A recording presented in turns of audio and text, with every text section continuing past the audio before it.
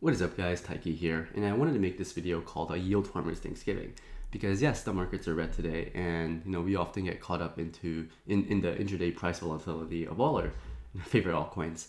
But I do think it's important to take a step back and really appreciate the opportunities that Bitcoin, Ether, this farming has given us, right? And it also helps you think about money in a different way and how to think about growing your net worth, your portfolio over time by just generating yield on all your assets that you're bullish on.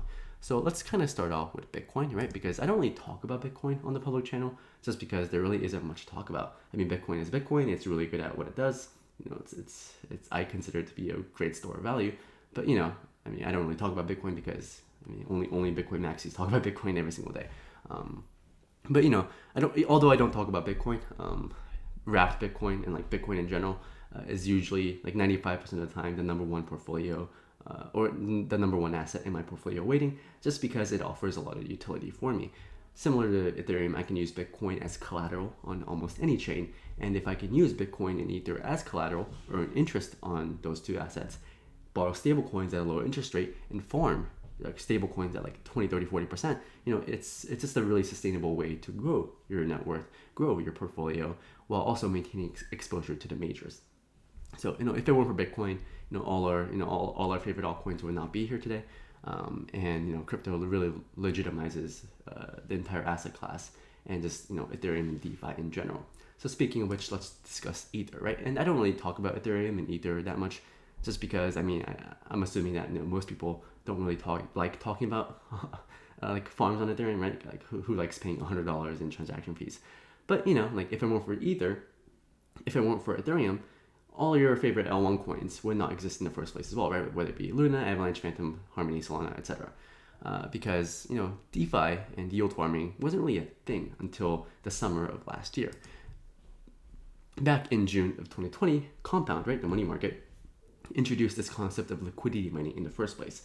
Yield farming as a concept is not even that old, right? It's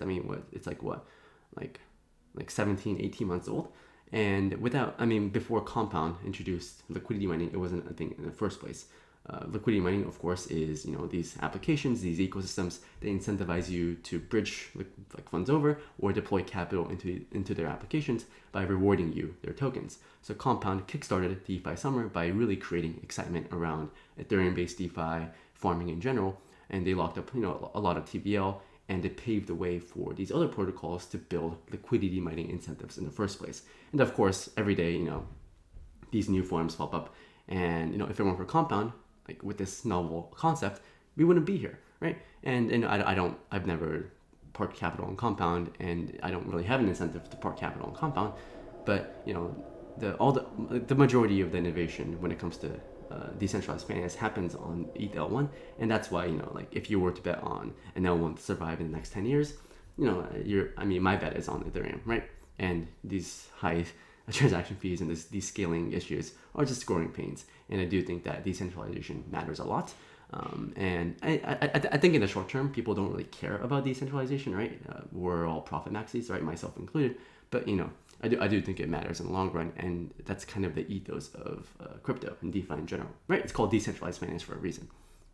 And then Uniswap.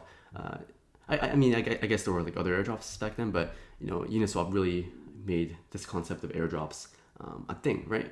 Back in I think it was around September, Uniswap airdropped their tokens, the Uniswap governance token, to a bunch of their early users.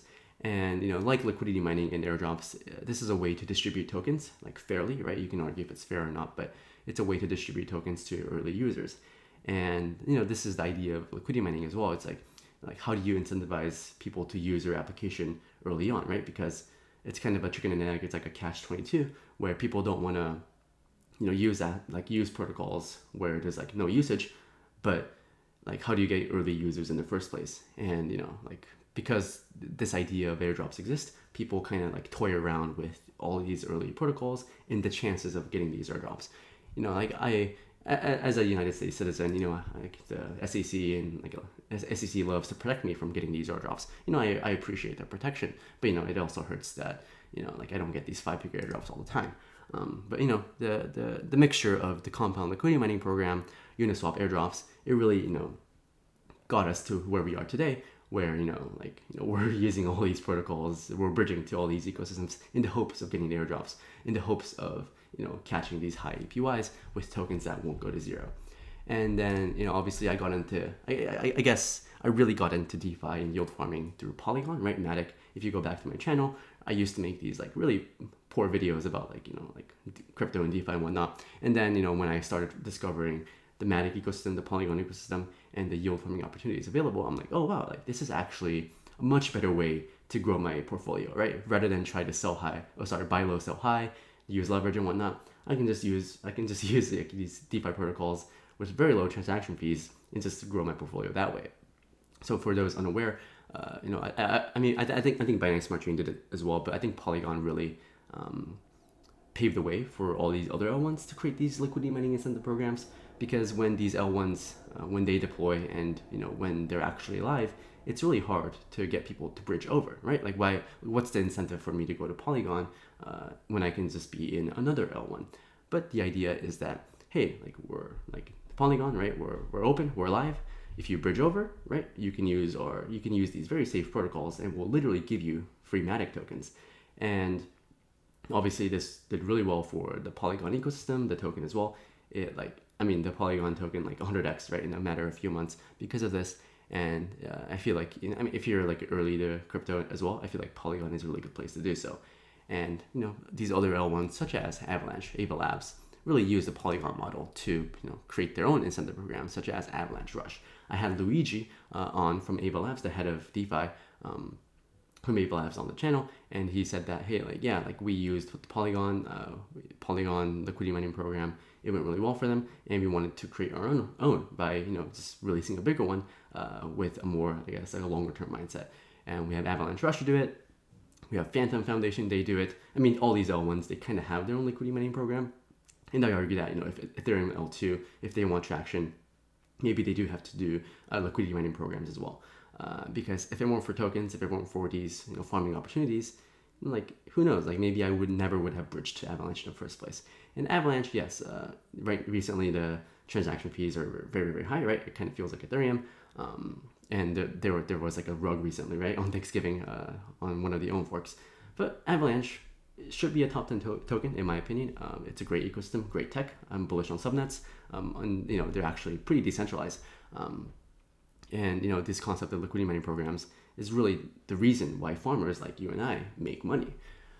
And going back to the markets, yes, like I mentioned, the markets are red.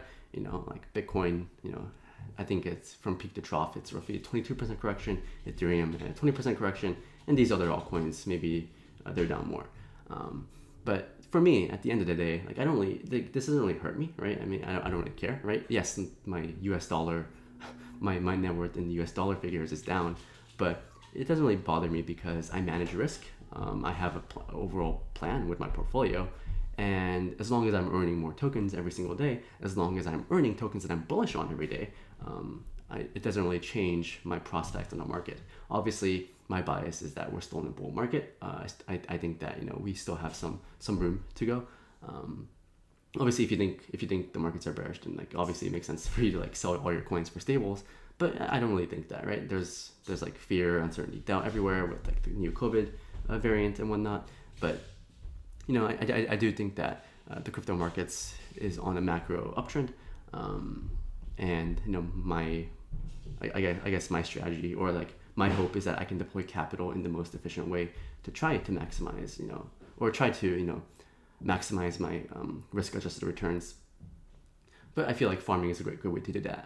I feel like I often say this, but all roads lead to farming, right? Farming isn't a thing yet, right? I think with the growth of my channel recently and the growth of other YouTubers that I've highlighted, I think people are actually catching on to farming, and why I think most people are better off farming than leverage trading and whatnot.